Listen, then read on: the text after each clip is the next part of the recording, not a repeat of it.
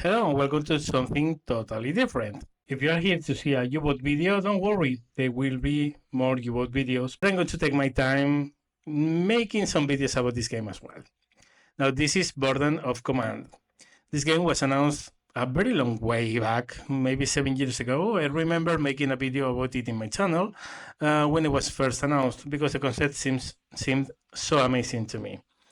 Now, what is the concept of this game? Well, if you think of it, it seems like a tactical war game. Like you are commanding squads around and you are fighting enemies, etc. It's actually an RPG, and a story-driven RPG, with, of course, a very heavy part of war game into it. But it sets itself very, very far apart from other tactical war games that cover World War II. Thinking, for instance, the Close Combat series. If you think of these kind of games, well, usually the idea is you have your troops, you have to kill the enemy troops, and you need to advance and take objectives, etc. This is different. This puts you into the role of a low-level officer, and we are talking lieutenant or captain here, which is pretty much where the boots touch the ground. Many other war games are about you being a general or maybe a colonel or something like that. No. This is you on the field with your soldiers around you, ordering them to take that hill, fight house to house, take a city, that kind of stuff. Small scale warfare. And it puts its strongest emphasis on something that's pretty much overlooked by war games of this era, of World War II, which is that in World War II combat and in modern combat as well, the most important part is not your rifle, is not your rocket launcher, is not your powerful tank. No. The most powerful and the most important thing is morale. And alongside morale, leadership. Now, this game puts you in the pants of an officer, a low-ranking officer, again, a lieutenant, a captain, and you need to be on the field and giving orders to your soldiers. Now, a very small force, very well led, can engage a bigger force and win. Conversely, a very big force with very bad leadership can lose against a much smaller foe. So here is the weight of your responsibility, to lead your men well, to lead by example, to lead with intelligence, but also to care about your soldiers, because your soldiers have a mind of their own. Your soldiers can like you, but they can also dislike you. They can think you as a very competent leader, or they can think that you are just one of those who sends their men to the meat grinder without any care for their life. And conversely, well, as you are giving orders to those below you, you will be receiving orders from those above you. And again, those above you can like you or dislike you. If you are one of those who gets things done at any cost, well, they are going to think very highly of you. But if you are reluctant to follow orders, they probably won't like you as much. And of course, the more they like you, the more resources you will have. But at the same time, well, if you are going for the target with everything at hand and losing a lot of men in the process, those below you will seriously dislike you. Balancing act, but with a humane side of the deal, because those below you are real men. Those above you are also real men, but they are not under your charge. You are responsible for your soldiers. So what do you do? How do you do it? Believe me, this game is so well written that each of those decisions will weigh on you. Each of the lives you lose will weigh on you. It's amazing. It's amazing. Again, think of Band of Brothers. Think of a game that, again, is not the same setting. This is not Normandy. This is not Omaha Beach. This is not the Battle of the Bulge. This is not Carentan. This is not Haguenau. This is the North Africa and the Italian campaign, another part that I like a lot, because those are hugely underrepresented in World War II games. But the concept is there. You are the leader. You think of yourself, of your character in here as Winters, Lieutenant Winters, at the beginning of Band of Brothers. You are in the same position. You have your men under your responsibility, and you feel your responsibility towards them really, really hard. So, well, that's pretty much what this game is. Now, let's see what the demo is about. I've been in the beta testing of this game. I tested quite a little bit at first, then time matters became a problem and I didn't have as much time. But I played quite a bit of this game, and I tell you, believe me when I tell you, this thing is amazing. This is one of the best games I've tried of this genre, and I would strongly suggest you to give it a try. Anyway, I'm not going to talk a lot because it's not my forte. My forte is to show you things. So let's do that. There is going to be a lot of text on the screen. I am not great at reading English text. You know that. I know that. I'm going to save you the trouble. I'm going to leave the text in the screen for a while, maybe make a little comment about it, but I will let you read the text if you want to, if you don't. But I highly recommend you to do so because, again, this is a story-driven history. And it follows the Cotobolers. That's the 7th Regiment of the United States Army. That's a regiment that's been active for 200 years or so. It's one of the oldest units in the US Army and has an incredible history. And World War II as well. They served with distinction, and well, their story comprised first landing on North Africa, then the Italian campaign, then they went to France, Operation Dragoon, the invasion from the south side of France. Again, all of these are scenarios that are rarely seen in war games. So yeah, well, let's get going. There are, of course, a lot of texts that will give you hints, and I highly recommend you to read them. And we begin in the training scenario. Hello, this is Luke Hughes, lead designer for Burden of Command. And I'm breaking through the fourth wall today to thank you. Thank you for taking a risk on something new, a leadership RPG. I imagine you're here hoping to test your mettle as a leader emotionally, morally, tactically in World War II. For us to give you that experience, it means a risk for you. What's the risk? Well, a new thing requires, obviously, a learning curve. Learning curves can produce confusion and even frustration. And playtesting has shown that there is a learning curve for Burden. Two kinds. The easier part, new things that people haven't done before. Harder, things that people have done before, done differently. So I'm going to be breaking in occasionally to help you with video demonstrations and also discussion of the design purposes, why we did things you're not used to or violate some of your assumptions, to give you a credible leadership role-playing experience. So that's Luke. That's the lead designer of the game, and I believe me when I tell you he's passionate about this, and he knows his stuff. that also. Anyway, we are the 24th of September, 1942, Camp Pickett, Virginia. We are training. I'm going to let you read the text if you want. But yeah, that's a march, and we have to deal with the fact that it seems we don't really know where we are going. Or maybe yes. You said that 10 times ago, Sergeant.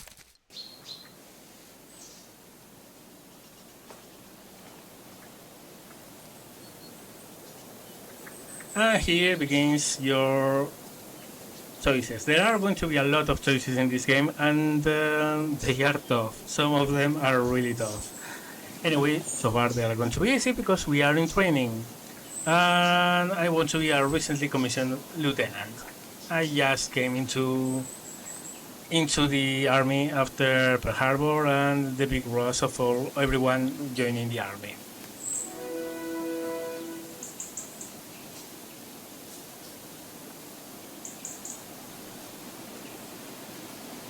Yeah, at this time, the United States was not really involved in Europe yet. So here I am in boot camp somewhere in Virginia, 1942, just like you will be soon. I'm going to start with our first concept that will be familiar and unfamiliar, your first learning curve aspect. So, like games like XCOM and frankly many tactical games these days, we use action points. We call them order, and their orders, and they have the green dots. So this leader has 4 action points. And no surprise, when he say moves, he spends an action point, as you can see happening there. Yep. Well, as he says, there's a learning curve in this game, but as soon as you get to grips with it, it's really easy to remember how it goes. It's different, but as soon as you learn how it's different from other games, it really is a second nature thing. Anyway, you can, in every image, you can hover around and there will be a text about it. You will see. Anyway, first orders we are going to be, we are here. This is us, this is the squad we were seeing. And now to move, we select the unit we want to move and right click, and it moves and spends 1 order doing so. Closer now. Yep. And as you see, whenever you move, you spend 1 of your orders. You have a limited amount of orders, and one of the things that experience gives you is the ability to win more orders, both for yourself and your squads. And you can move several times in a row. So we move there, and now we move here. And as you see, we can hover the mouse over there, and you will see, well, of course, this is of the game. This is not an historical image, but when there are historical images here, if you hover the mouse here, they will tell you exactly what the image is about. Anyway, more explanations. White highlighted is where you can move, and those that are green is what you can see. Of course, you can sometimes move wherever you are seeing. Sometimes you can move a place you are not seeing, which I can tell you can be risky. And there are places that you can see, but you can't move in yet. And now we have another choice to make.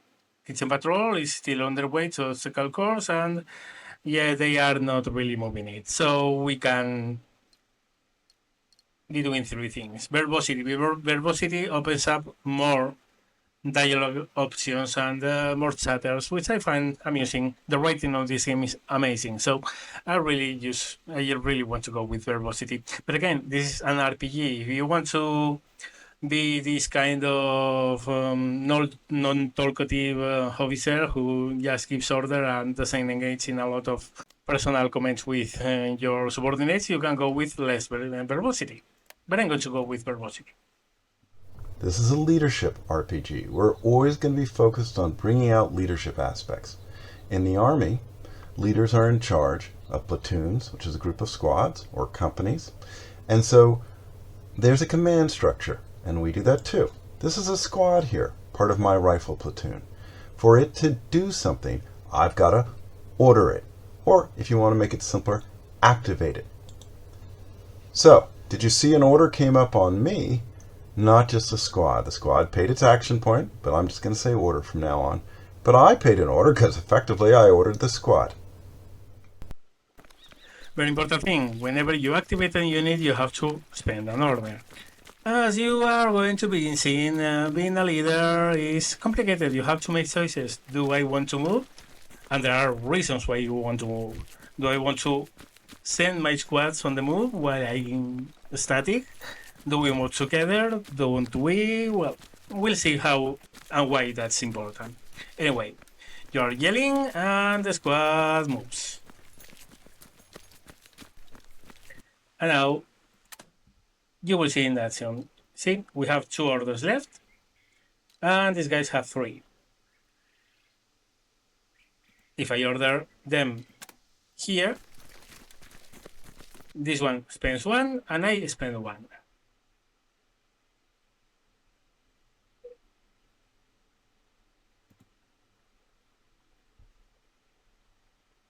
This squad has been activated. The leader no longer needs to pay an order to activate it. So let's move it, and you'll see no action from the leader. He didn't spend another order. Really important thing to remember, once you have ordered a squad to move, they can spend all the orders and you don't have to spend any more. Seems complicated, really isn't. And now you will see, we send it to our position, they spend an order, we don't. So I'm going to come down there, join my squad, lead, grab them both, and go somewhere. Now this time, they'll both pay an order. But be careful, it's not an activation order. They're both moving. You don't get a free ride. You got to pay for the move too. So, there you go. We're similar to games you're used to. Action points. But in this case, they're really orders, and they involve things like squad activation. Here they are.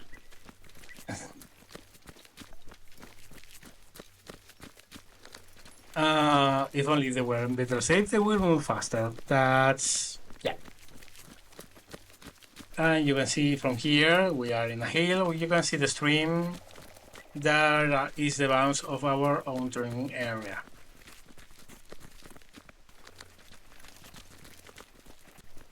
Let's push to get us to the stream. But we are going to leave the little squad behind.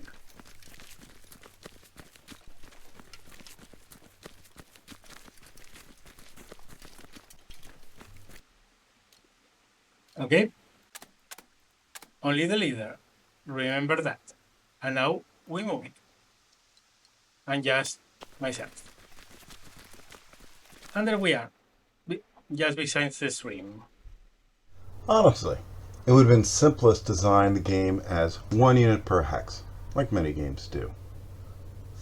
But frankly, it just felt wrong not to have leaders in with their men leading them. So we committed to simple stacking. 1 leader, 1 squad per hex. So then how do you manage selection? It's simple. Click any unit in the hex, both select, because you probably want to move both of them normally. But maybe you just want to move the leader this time. Click again. And here I am. So I'll do the same thing again. I'll click the squad, and I go back and forth between just the squad and both. Easier than it seems at first, right? Let's take a breather, because we are almost there.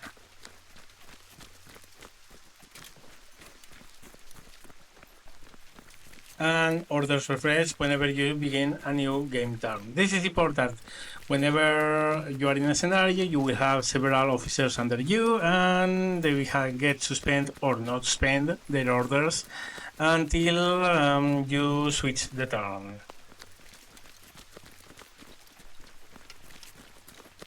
What if they didn't move that squad?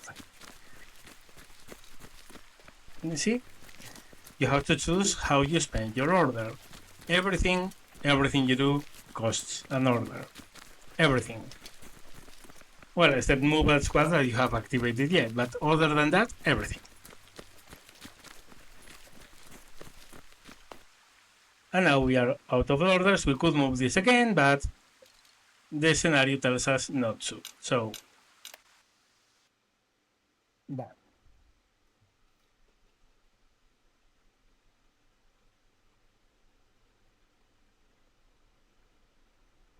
This is important. The order costs the same whenever you move a single X or you go all the way. So, of course, there are trade-offs, but that's how it is. So now we choose our leader and we move it there.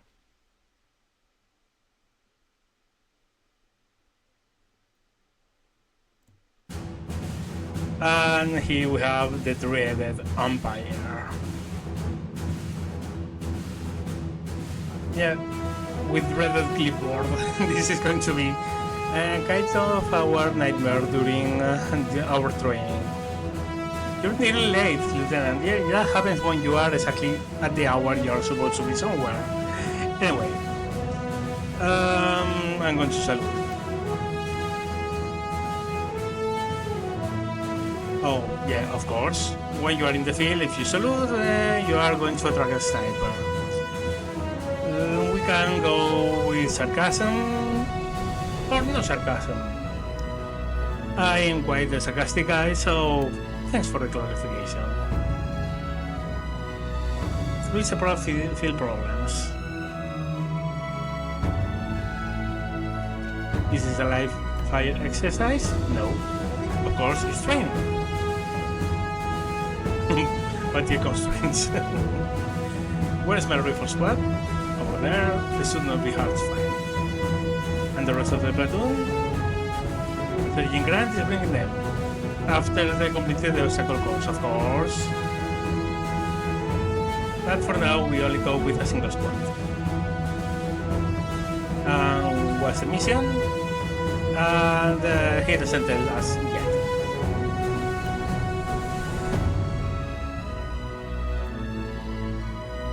Let's go. The squad is not far away. But this is an exercise. That in mind, lead the way. And we need to finish the exercise before turn 4.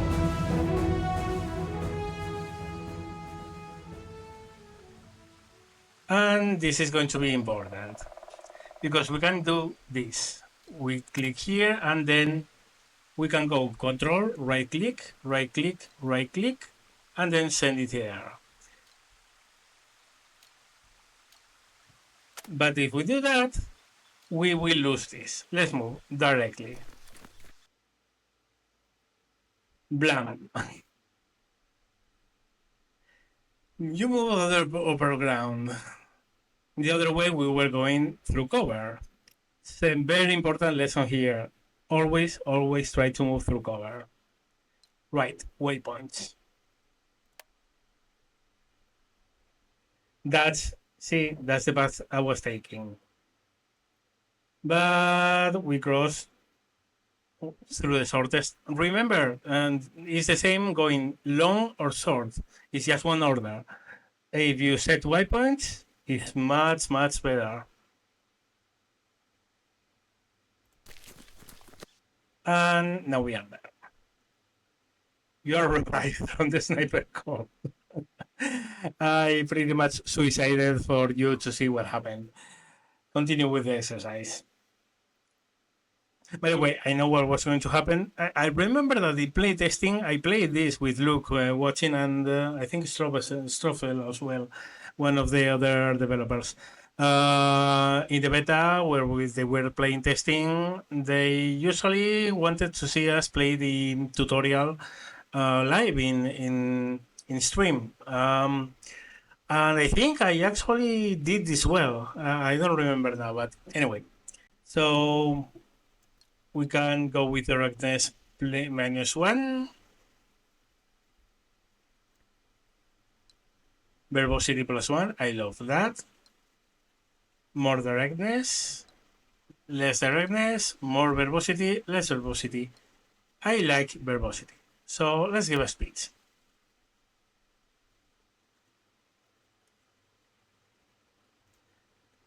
Yeah, this is important. Read this whenever they go up. Morale is really important. Whenever you are not in good morale, things are not going really well. We will learn how to deal with morale more as we progress through the demo. I guess I don't know exactly. I guess it will cover all the training campaign. But yeah, morale is really important. Thank you, Sergeant Bennett. Sergeant Bennett is reminding me I need to teach you about the backbone of your company's performance. It's morale. So here we have a good order squad. It's green, no suppression, has 2 orders, moves about 3 hexes. If it tries to move under fire, pass the morale check to do that, about 70%. And if it fires at an enemy, 50-50. Now notice those initiative wheels, donuts I like to call them. You really want to win initiative, because if you win initiative, you fire first, you suppress the enemy, reduce their morale, and then their fire back will be weak. Now let's look by contrast at this shaken company. It's yellow. It's lost about half its morale to suppression. First thing to notice, subtly, is it only moves 2 squares forward. It can still retreat because they're more cautious because they're shaken. Also, let's notice one more thing, only 1 order. So the morale is actually reduced the total quantity of actions you can give this squad. Pretty bad. And guess, if you fire at them, not going to go so well. You're going to lose. And the morale check's unlikely. Finally, let's look at these poor guys. About 9 points of suppression. They're red. They're basically cowering. They won't even move forward. Though you can still move them back to get rallied, maybe behind a hill or in some cover. I wouldn't bother trying to fire. Not going to work, and you can give up on assault. Now, friend, let's have a little fun here. This is a 3-star unit, very experienced. What do you notice? It's got 3 orders, not 2. That's a big win. And guess how it's going to do in firefights? Very well. And guess how it's going to do on morale checks? Hey, it doesn't even have to pass a morale check to move under fire. Work hard, Captain. Maybe you'll have units like this eventually. Lead them well. Really important. As I told you, one of the things you go in with experience are for orders, and they make a huge difference. A huge. Not only that, more experienced units, of course, behave better under fire, and they are more effective when they are attacking. As you can see, this game is all about morale. It's about things that matter in real life. Of course, when a unit is under fire and is heavily suppressed, if an order comes to move forward, they are going to look at you like, what? No, we are going back, not forwards. Of course, they will move forwards, but a lot more cautiously. They will be a lot more hesitant. This game is amazing. Time to rally. The rally unit must not have expended any orders during the turn. It must be fresh. Really important. If it has moved, you can't rally it.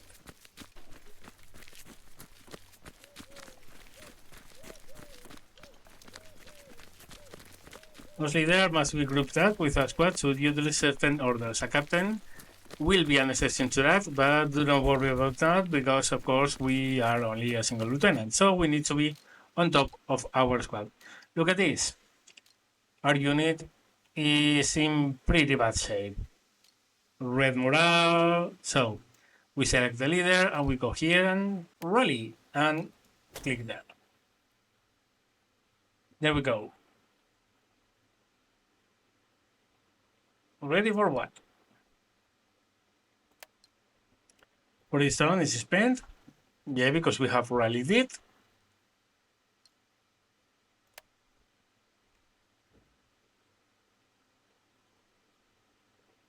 And we are ready for the exercise.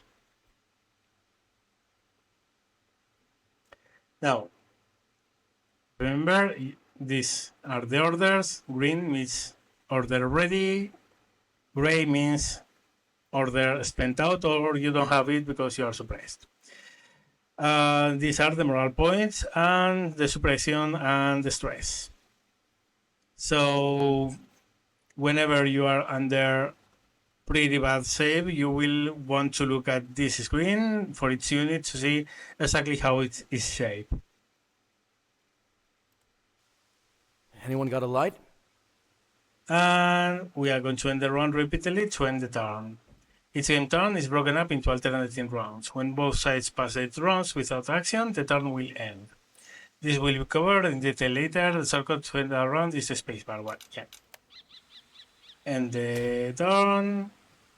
Again, one more time. 3 turns left. You are ready, the men are ready, the enemy is likely ready. The enemy had a run to activate units but did nothing with it. Interesting, they did nothing.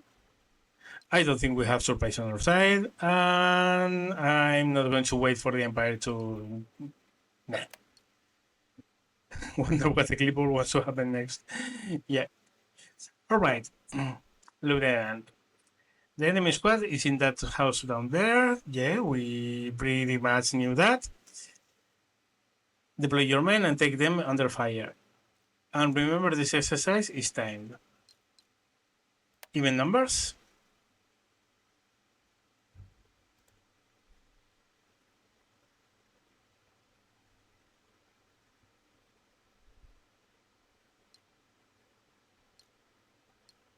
Favor the men, unfavor the mission. This is one of the first times you need to do this. Many times your order are going to conflict with the way your men are. If your men may be in very bad shape and suddenly comes the order to hold a point, to advance through a sector, to do things that your men are not really ready to do. You can favor the men and say, no, we are not ready, or you can be a little bit of a bootlicker to the guys upstairs and force the men and go on with the job. Of course, you are in the army, you have to follow orders, so there's a very thin line to follow. But yeah, this is a good instance. The men are coming in not very good shape, and you need to decide what to do.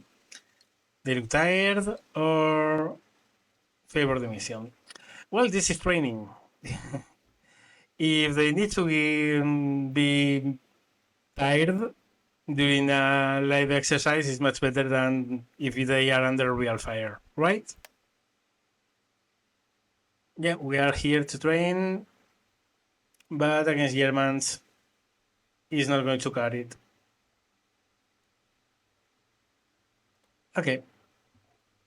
And now we come another thing in the game, bolster. Bolster improves your morale over the top. A perfectly fine squad might get bolstered by you. Remember Sergeant Bennett's wise comment that morale is the backbone of your company's performance? Well, what do you think the role of leadership is then? Of course, it's to manage that morale. Let's look at your tools. One of them is bolster. So here we have a good order unit.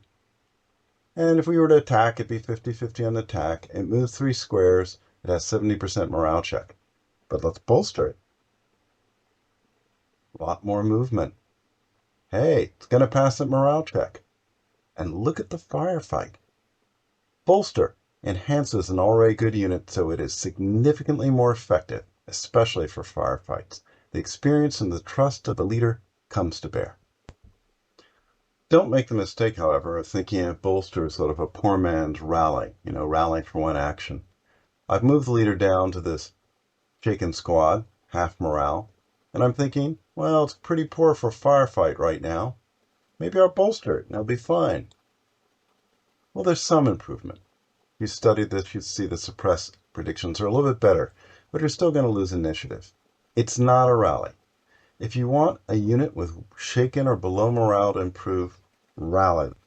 Rally, by contrast, fully restores morale for the long term.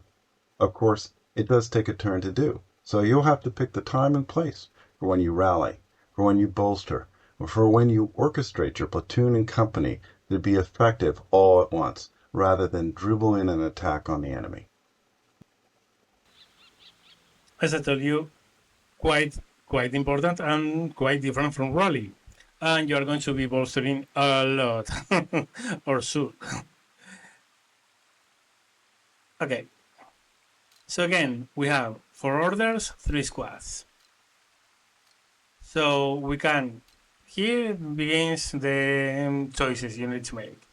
So we can bolster here, 1 order. Activate it, 2 orders.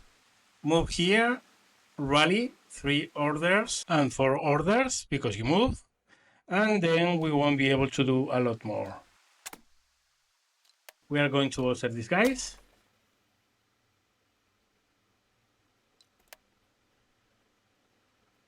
And yeah, there are never enough orders for everything you want to do. So let's move our leader here.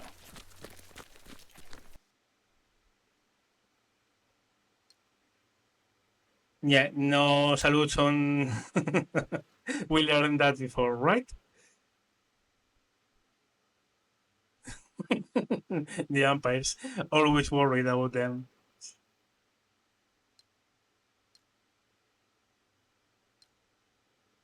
Let's get them on their feet.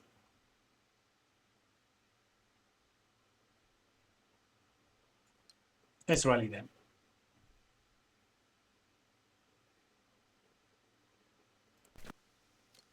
So here we rally these guys. There. Time to step up, ladies! And now we have 2 squads to order and just 1 order left. Nice, right? Well, this one can only move 1. This one can move a lot more. So let's send them there.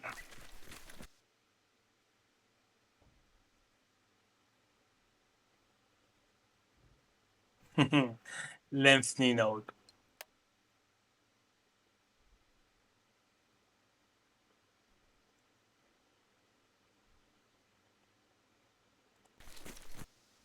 And now, here's a teaching scenario, okay? This is not what I would do.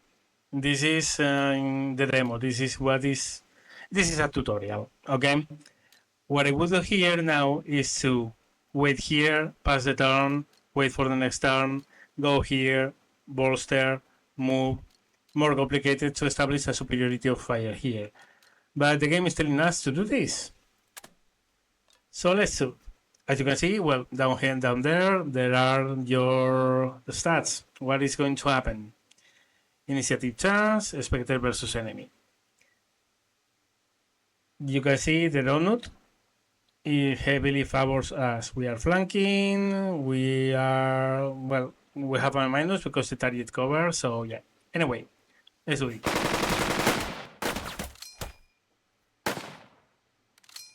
Yeah, I know.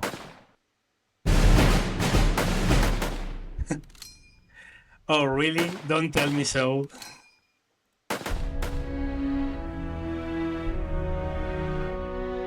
Hold the exercise.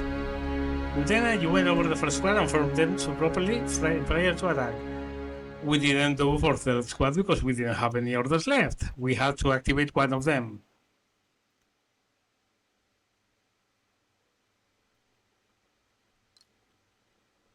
No, I knew what I had to do, but yeah, let's not.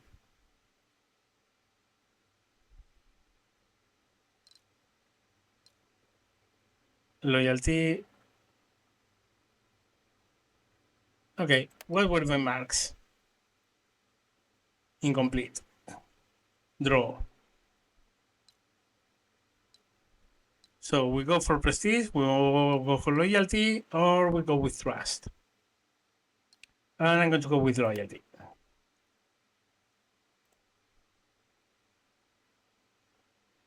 Yeah, actually, yes. This scenario is, this first scenario, this is introduction, this is a tutorial, really puts you in a no-win situation. You can't do any better than this. Whatever you do, you are going to fail.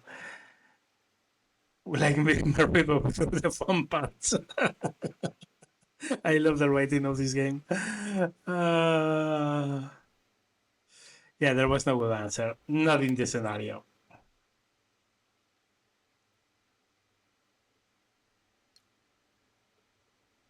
War is going to be a hell of a thing. Leaders have to lead not just when things are going well, but also when chips are down. And yeah, that's... If you read these parts of the tutorial, you realize what you're going to face later. Really, this game is amazing. And now, the Bokopedia. Well, no. That's going to be for the next one. We earn 7 loyalty and 7 prestige. And we are going to exit, because I think that's enough for a first video and a first contact with Borderland Command. Now, I guess if you have followed the video until this point, you already are beginning to grasp what this game is about.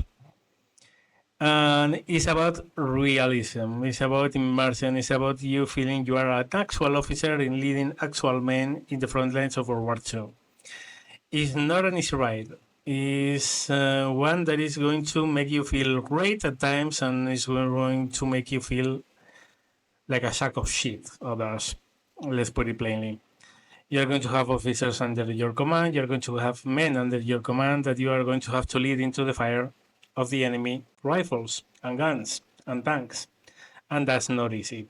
It's not easy to see the people you have trained since Virginia fall because of a bad order, or because simply the odds are so stacked against you, and you feel it. Trust me, the writing in this game is so great that you are going to feel it whenever it happens, and sooner or later it's going to happen. This is a hell of a game. I can tell you that. It comes from an indie developer. It's something that has taken them years to bring to this point.